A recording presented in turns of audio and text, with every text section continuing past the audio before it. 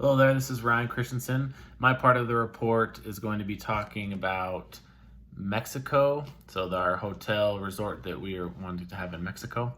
So revenue in the hotel segment is projected to reach 4,360 million in 2020. It's also expected to show an annual growth rate of about 23.5%. So that'll result in a projected market volume of 8,211 million by 2023. So definitely some great opportunity there. User penetration is 15% in 2020, and it's expected to hit almost 28% by 2023, which is also a good sign of the increase.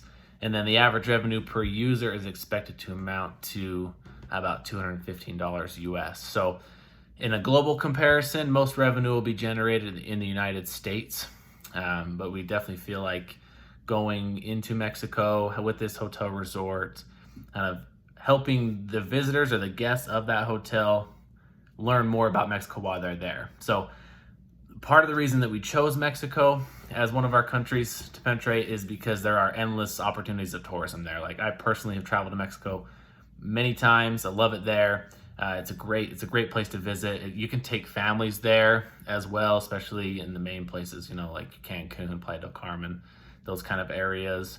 Obviously, everything right now is shut down because of COVID-19, but after this closure ends, or after it progresses to the point where people are traveling more, the itch to travel is going to be very much magnified for those who feel like they need to kind of get out and get rolling again and step away from kind of the quarantine feeling that they've been having at home for the past, 5-6 months now. So our resort's going to be catered to activities that are most commonly sought after in Mexico. So like deep sea fishing, which, by the way, if you've never done that, I highly recommend it. It's an incredible experience.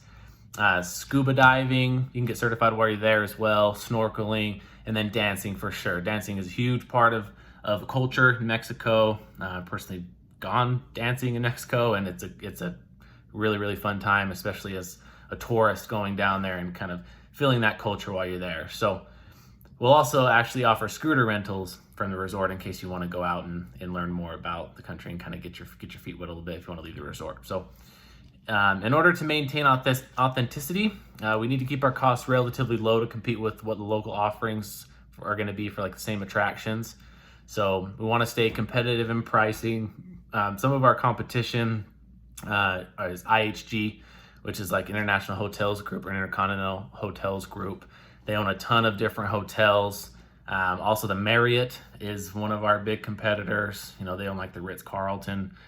So there are a lot of competitors in the Mexico market, but we feel like we can really utilize taking more of that home culture approach in our resort. We feel like people really respond well to that. They'll want to go because it's one thing to just go to a resort to a place that's like tropical and pretty, but it's also a great experience while you're there to learn more about the local culture, which is really what we want to gear towards. So as far as working with the government, we definitely want to have a personal relationship with the local government there, especially local authorities, for a multitude of reasons. We want all of our visitors to feel safe, our guests to feel safe, and that as long as we are working well with the local officers or local law enforcement and the government, we can help ensure that our resort will be a safe place for our guests that come and visit, and then they'll just be able to kind of relax and enjoy everything that Mexico has to offer.